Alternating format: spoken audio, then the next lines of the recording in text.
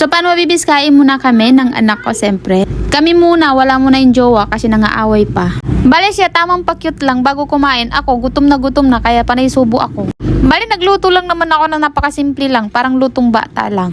Pero in fairness, may lasa naman kahit papano.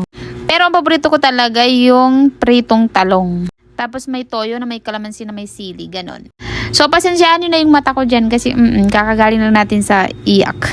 Pero pag iyak kasi, iyak lang, tapos bangon ulit, tapos magluto, tapos kumain, tapos magtrabaho ulit. Ganun lang siya kasimple. Hindi kasi pwede na magpadala sa inis at galit. Bale yan, tignan mo, silip ng silip. Bale, nagkukwentuhan nga kami ng anak ko about sa buhay-buhay, ganun. And siyempre, since dalaga na yan, so nakakapagkwentuhan na kami ng mga bagay about sa love life, sa mga something ganyan, kung ano-ano. Basta kung ano yung maisip niyang itanong, yun sasagutin ko. Alam kung ano rin na maisip kong sabihin, edi sasabihin ko, bahala siya kung maintindihan niya o hindi. So, para bagang mag-best friend na lang kami dyan.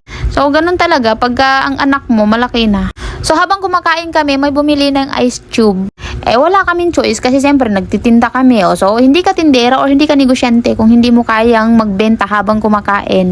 Kaya kung kayo ayaw niyong maabala pag kumakain, kami pues hindi kasi kailangan namin ng pera, pambayad ng utang. Huy, hindi. So, yun nga, bigla siyang nauhaw at tumayo at kukuha rin daw ng ice tube. Basta yellow, ganun. Bale, sabi ko sa kanya, pitchil na lang kunin niya at yun na lang lagyan namin ng tubig since naman parehas kaming matakaw sa tubig, ganun. Bale, after naming magbenta at umuwi na yung customer namin, edi nag-continue kaming kumain.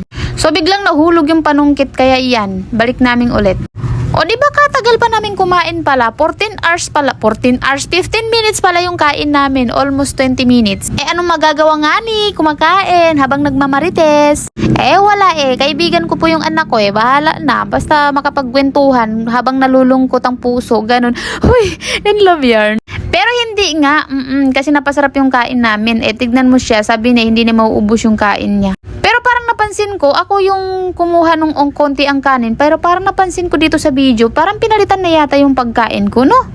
Kasi konti lang talaga yung kinuha kong kanin. Pero parang, I think, dumami yung kanin ko. Siguro pinalitan niya.